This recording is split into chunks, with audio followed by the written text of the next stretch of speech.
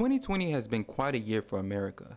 A raging virus, huge political protests, fires consuming the West Coast, the list goes on and on. Amongst all the chaos, we still have a significant decision to make coming this November. This year's presidential election, a massive moment for the US every 4 years. One of the most stressful times of the year, given all of the crossing opinions and constant updates on the election.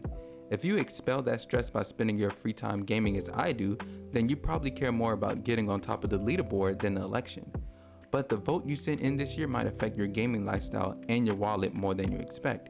So we're going to sit right in the middle of this debate from the gamer's eyes and provide you with information on both candidates' beliefs on video games and their choices once in office that could affect the gaming industry as a whole. We will be discussing sensitive topics such as mass shootings and other tragic acts of violence. Just a little disclaimer. Since the beginning of video games, there have been a copious amount of notable violent video games. From Death Race to Mortal Kombat, gaming has always had its fair share of brutality. Having a decent percent of gamers swinging to the younger side, many of these games have become controversial topics. The most common of these issues seem to involve violence in video games and correlating growing aggression in gamers. This subject is often discussed in the media whenever tragedies occur, such as mass shootings or minors committing criminal acts. There are articles in the UK correlating aggression to violent video games dating all the way back to the 2000s. But we aren't talking about Parliament here. What do our beloved candidates have to say about the correlation of violence in video games? Starting with Joe Biden, he sees violence in video games as unnecessarily graphic and desensitizing children to violence. Biden has said it is not healthy to have these games teach the dispassionate notion that you can shoot somebody and just, sort of blow their brains out. But he thinks it's not the reason why we have carnage on our streets.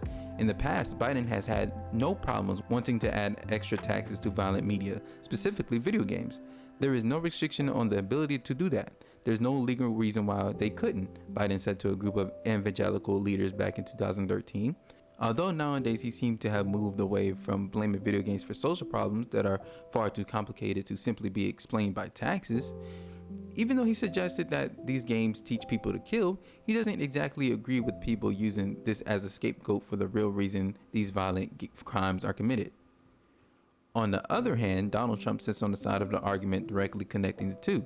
He thinks the people that play these gruesome and grisly video games that glorify violence are affected by the games in such a way that it brings them to a state in which they can justify committing heinous crimes.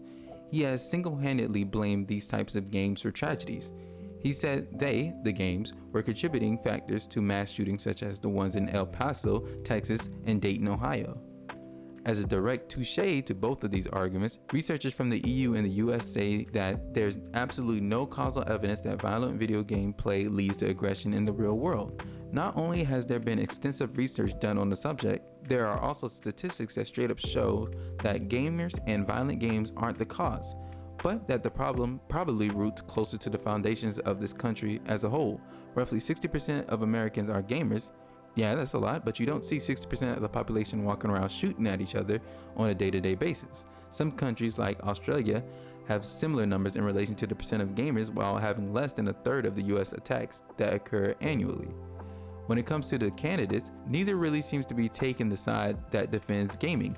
Neither one appreciates games as an art style or merely a simulation of the real world. They would instead identify it as a problem of contributing to the normalization of violence in our communities. But their opinions on the matter aren't the only way that either candidate could affect the gaming industry. We also have to consider the business aspect, because after all, it is a vast industry that brings in a lot of money for those who invest in the right gaming companies. Some sources say the gaming industry generated over $100 billion in revenue in 2018. We all know Trump as a businessman and know that money plays a big part in his agenda. But that doesn't exactly keep gaming out of his range when it comes to presidential actions. How will either candidate's connections and choices affect the gaming industry once they are in office? How will the relationship between our might-be presidents and China affect us, the gamers? Before we answer those questions, let's introduce Tencent.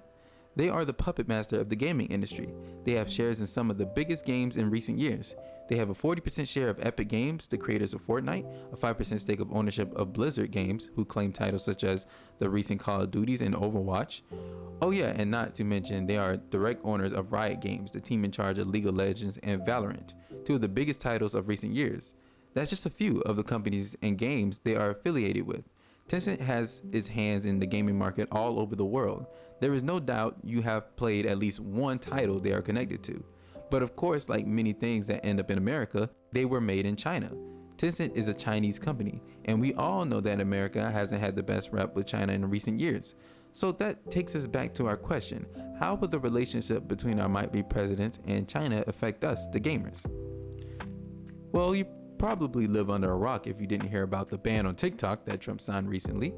Well, that same document includes the banning of WeChat, one of Tencent's connections. Luckily, amidst all the chaos, no video games were harmed in the signing of said executive order. Although we still have some worries about the quarrel between Trump and China, could our beloved video games be in danger? We have watched Trump's fallout with China over the whole presidency, from blaming China for the spread of coronavirus to his increased tax tariffs on Chinese goods. Although most of the gaming industry has moved to digital sales, it is still possible to speculate that video games imported from China could get caught in his line of fire. In 2019, Trump increased tariffs on Chinese goods. The list of goods consisted of many things, one of those being gaming consoles. This led to a speculated increase in price for some consoles. Sony CFO Totoki said that, "We believe that higher tariffs would ultimately damage the US economy."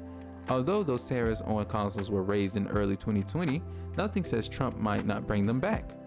Biden doesn't really have a dog in this fight yet, but judging from his relationship with China as vice president of the Obama administration back in 2013, he was said to have a stern but cooperative approach to political and economic issues involving China. It is tough to tell how Biden would treat the situation with China.